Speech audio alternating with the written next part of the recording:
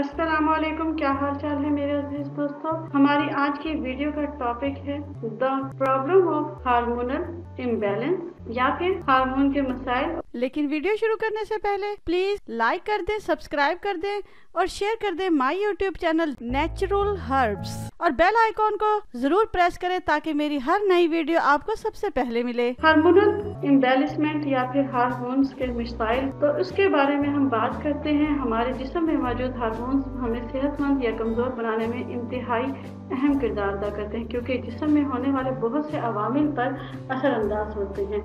Hormones के अदम तवाज़ुन दरअसल oestrogen नामी एक हार्मोन की वजह से होता है।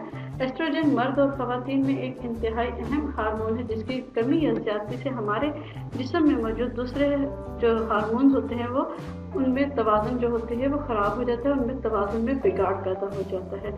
लिहाजा ये जो हार्मोन्स हैं इनका तवाज़ुन में रहना बहुत ज़्यादा ज़रूरी है। गैर मुतवाज़न हार्मोन से पैदा होने वाले मसाइल मर्दों की निस्बत ख़वातीन में ज़्यादा होते हैं, क्योंकि इनके अंदर जो हार्मोन्स की प्रॉब्लम होती है वो ज़्यादा सामने आती है। हार्मोन्स की तब्दीलियाँ आम तौर पर सने बलूगत यानी कि जवानी में कदम रखते ही शुरू हो जाती है, या हैज़ के शुरू होने पर, या फिर हामला होने पर, या फिर हैज़ के रुक जाने पर वाक़या होती है।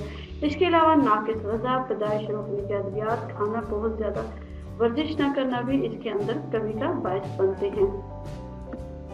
ख़वातीन और मर्द में चूँकि ये मुकम्मल तौर पर एक दूसरे के अंदर होते हैं, ये आम तौर पर ये ज़रूरी नहीं है कि सिर्फ औरत में पाए जाएं या मर्द में, लेकिन औरतें जो हैं वो इसकी ज़्यादा शिकार होती हैं, क्योंकि इनके अंदर ये जो तब्दीलियाँ होती हैं वो तेज़ी से आना शुरू हो जाती हैं।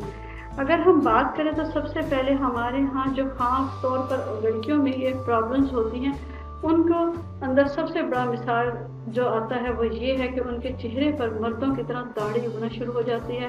गैर ज़रूरी बाल जिसे कहा जाता है, गैर ज़रूरी बालों की ज़्यादती होना शुरू हो जाती है। ख़वातीन में मर्दों की तरह दाढ़ी, मूंछों का आना या फिर बालों का झड़ना, मिजाज का चिड़चिड़ापन और बहुत ज़्यादा ऑयली और गंदी स्किन भी इसकी एक ख़ास इलामत होती है।